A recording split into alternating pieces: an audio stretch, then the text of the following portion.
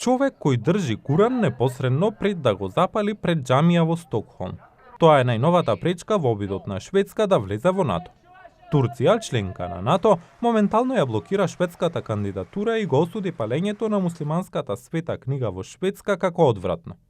Турскиот председател Реджеп Тајип Ердоган го наведе претходниот таков инцидент во Стокхолм во јанвари, изразувајќи го своето противење на кандидатурата на Шведска за НАТО.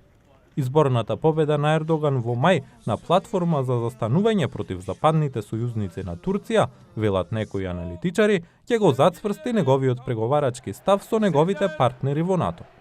We are likely to see more of the same. Веројатно ќе видиме иста ситуација. Председателот Ердоган дури можеби е охрабрен од гласањето, што во наредните 5 години нема да има избори, а потоа веројатно цената ќе се зголеми во однос на Турција да го ратификува членството на Шведска во НАТО.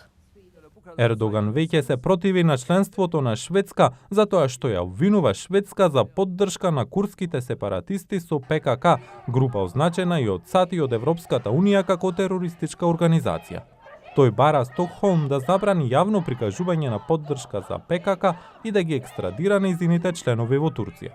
Претходно, шведскиот министер за надворешни работи, Тобиас Билстром, рече дека неговата влада ги исполнила безбедносните барања на Анкара.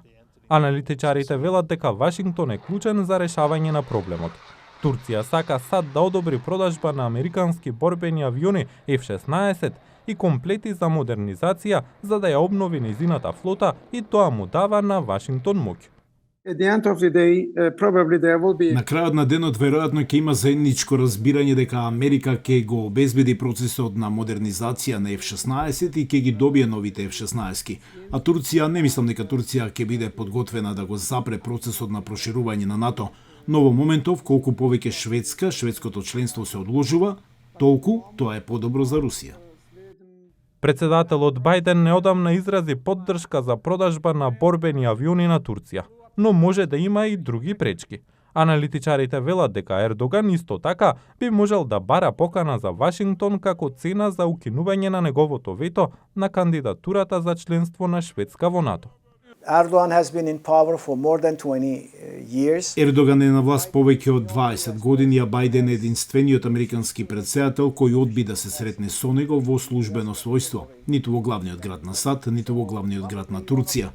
Така, веројатно еден од приоритетите на Ердоган ќе биде да се стави крај на оваа изолација или исклучување од Вашингтон. Аналитичарите велат дека предстојниот самит на НАТО може да им даде можност на американските и турските лидери да ги стават своите несогласувања настрана и да постигнат договор за прием на Шведска во НАТО, а Ердоган да добија покана за Вашингтон.